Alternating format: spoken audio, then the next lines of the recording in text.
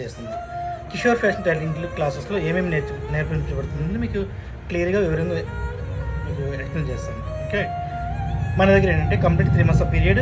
Okay, 3 months in case complete కాకపోతే 1 month ఎగసే chance. ఆ 1 monthలో కూడా కాకపోతే ఆ 1 month ఎలాంటి సందర్భం కాదంటే పర్సనల్ లీవ్స్ కానీ ఫ్యామిలీ లొకేషన్ కానీ ఏదైనా ఇష్యూ ఉండే సరే 1 monthలో కంప్లీట్గా వెళ్ళలేదు.